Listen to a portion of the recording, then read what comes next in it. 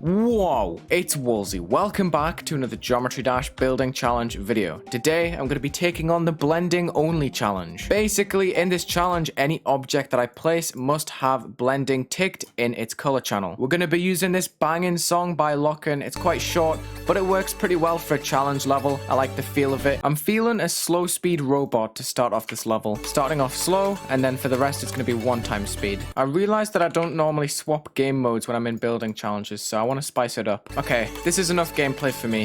It has a variation of slow, normal speed, and then a transition into the cube part. I think it's pretty well balanced, some pretty creative gameplay there too. It does end on a random note, but that's fine. That's how I like to keep my challenges, you know, quite unpredictable. I think this is a solid base. If you don't know what blending is, basically it just combines the hue and brightness of objects that are stacked on top of each other. So if I have these two squares that are half opacity blending white, and I stack them on top of each other, you get a little overlap like that where the light is combining. So my plan right now is to have half opacity pink blending glow strips on top of each other that create a gradient like that. Then on a new editor layer, I've got some 33% opacity purple blocks that I'm going to stack on top of each other to make yet another gradient that's going to work alongside the pink right there, as you can see. These values for the opacity are not set in stone. I will be tweaking them once I've added everything. Let me quickly just set group 1 for 0 opacity in case we need it, because we're going to be using group 2 for the moving glow that we've just added in the background. It's just going to get offset by 80 blocks at the very beginning, and then it's going to lock to the player X straight away, just so there's no crack on the left hand side of the screen right here. When you stop, the glow is all the way there. RGB slider. Using the far right slider, I can change the opacity to my liking. So let me show you my idea with the pink on a pulse of the song. Boom. I think that's going to look pretty nice. At the very front and bottom of the screen, I'm going to be using this half piece of glow, which I don't use too often. Scale it up to 2 times, half space it up into place vertically, and then just use the small little steps right there to put it in place horizontally. And that's going to be getting color channel 3, which is red blending. Instead of just locking this to the x-axis, I'm instead just going to align it along the bottom of the level. Set the whole thing to don't fade and don't enter, apart from those red glow pieces. They're going to be taken off of that setting. Then I've added the block transition at the very beginning, so only this red glow piece is getting affected. You can see there's a gradient behind, which is completely static, but then the front piece is ever so slightly moving up and down onto the screen. Now the thing is, this red isn't as prominent as I would have liked. In the ideal level, I would just take off blending right now and have a really strong red at the front, but I'm afraid I can't do that, so I'm gonna have to work around it. This purple gradient is on color channel 2. I'm currently setting up color changes right now that changes it up to 0.5 opacity from 0.22, and these kind of sync with the song, as you can hear right now.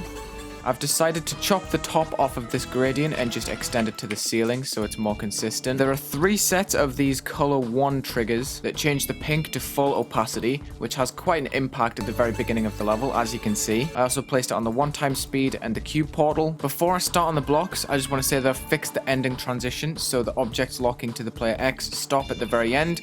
And there's also another set of this glow, as you can see, which is set to group 3, and this is moved into the ending with a move trigger on 0 move time. So when we finish, the glow just sits there. It doesn't move off screen or anything. Right now, I'm just filling in all of the structures that I created earlier. I've put all of these objects on 10% opacity white blending, which is color channel 4. I'm going to set them to a new group, 4, copy paste, add to a new editor layer, and keep on adding new groups until we reach 10 different copies. 13 should be the last one since we start on group 4. 10% opacity was too little. I'm just going to turn this up until I cannot see the outlines of the blocks anymore. There we go. Now I'm just making a staircase of move triggers so that everything is offset, just so every single layer of this moves individually by itself. First, it's going to move 5 to the right and 2 up. Then it's going to move back 10 and 4 down. And these are the numbers that are going to keep on flipping. The 5 and the 2 was just to move them out of place a significant amount, and then these are moving them back and forth around the original center point. So to visualize it, this block is moving 5 outwards like that, but then to get to the opposite space of this, it needs to move 1 full block. That's why it doesn't just move 5, otherwise it'll end up back in the middle. This looks nice and trippy.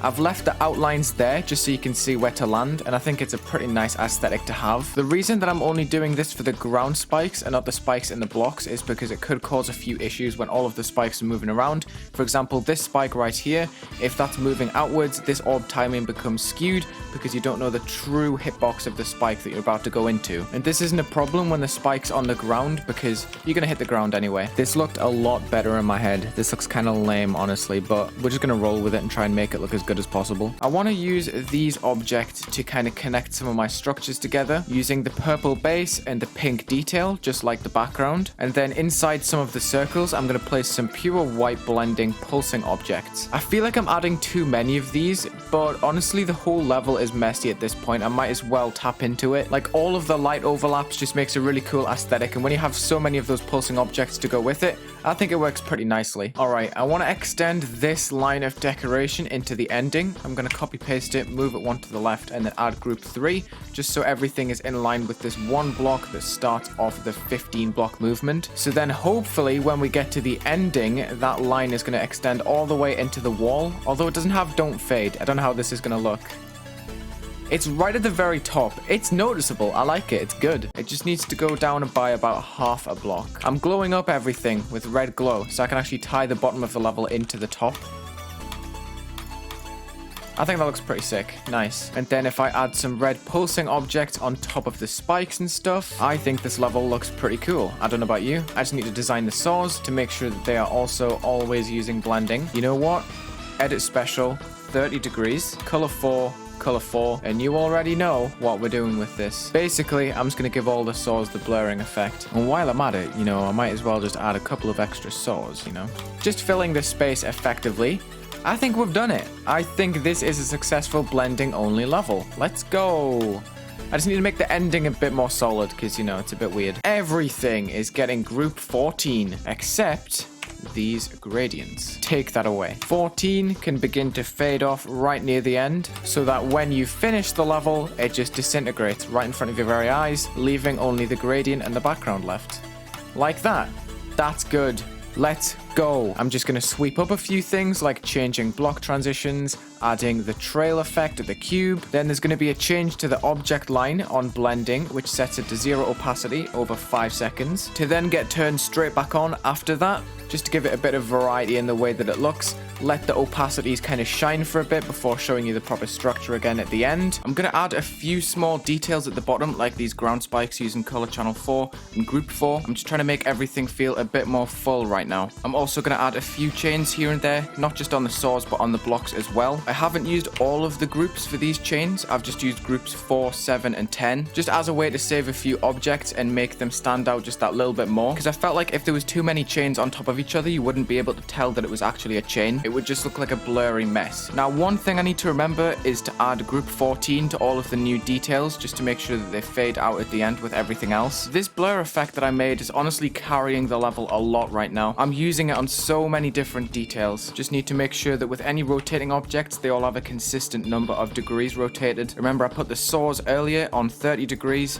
I'm now going to put these hexagons on minus 30, so they kind of oppose that. And I'm not putting the hexagon detail on all of the orbs, just some of them, so they don't get too in your face. And then to top it off, I'm probably going to add some small white blending arrows that just have one of the moving groups, probably 9 or something, somewhere near the middle. I must admit, this is quite a lame detail to add, but it does the trick. At least it's not just a plain white arrow. It does have the moving group to kind of save that. Ooh, now I've thought of something else. Oh, for goodness sake, I'm going to be here all day. I'm going to select all of the orbs, portals, and pads, set them to a new group 15. 15 can start off on a low opacity. This is how I'm going to blend everything together right now. Then it can slowly fade on to like a 0.75 or something, back down to a 0.5, then going to full towards the end. And boom, that is the full level. Could be better, could be worse, but let's take a look.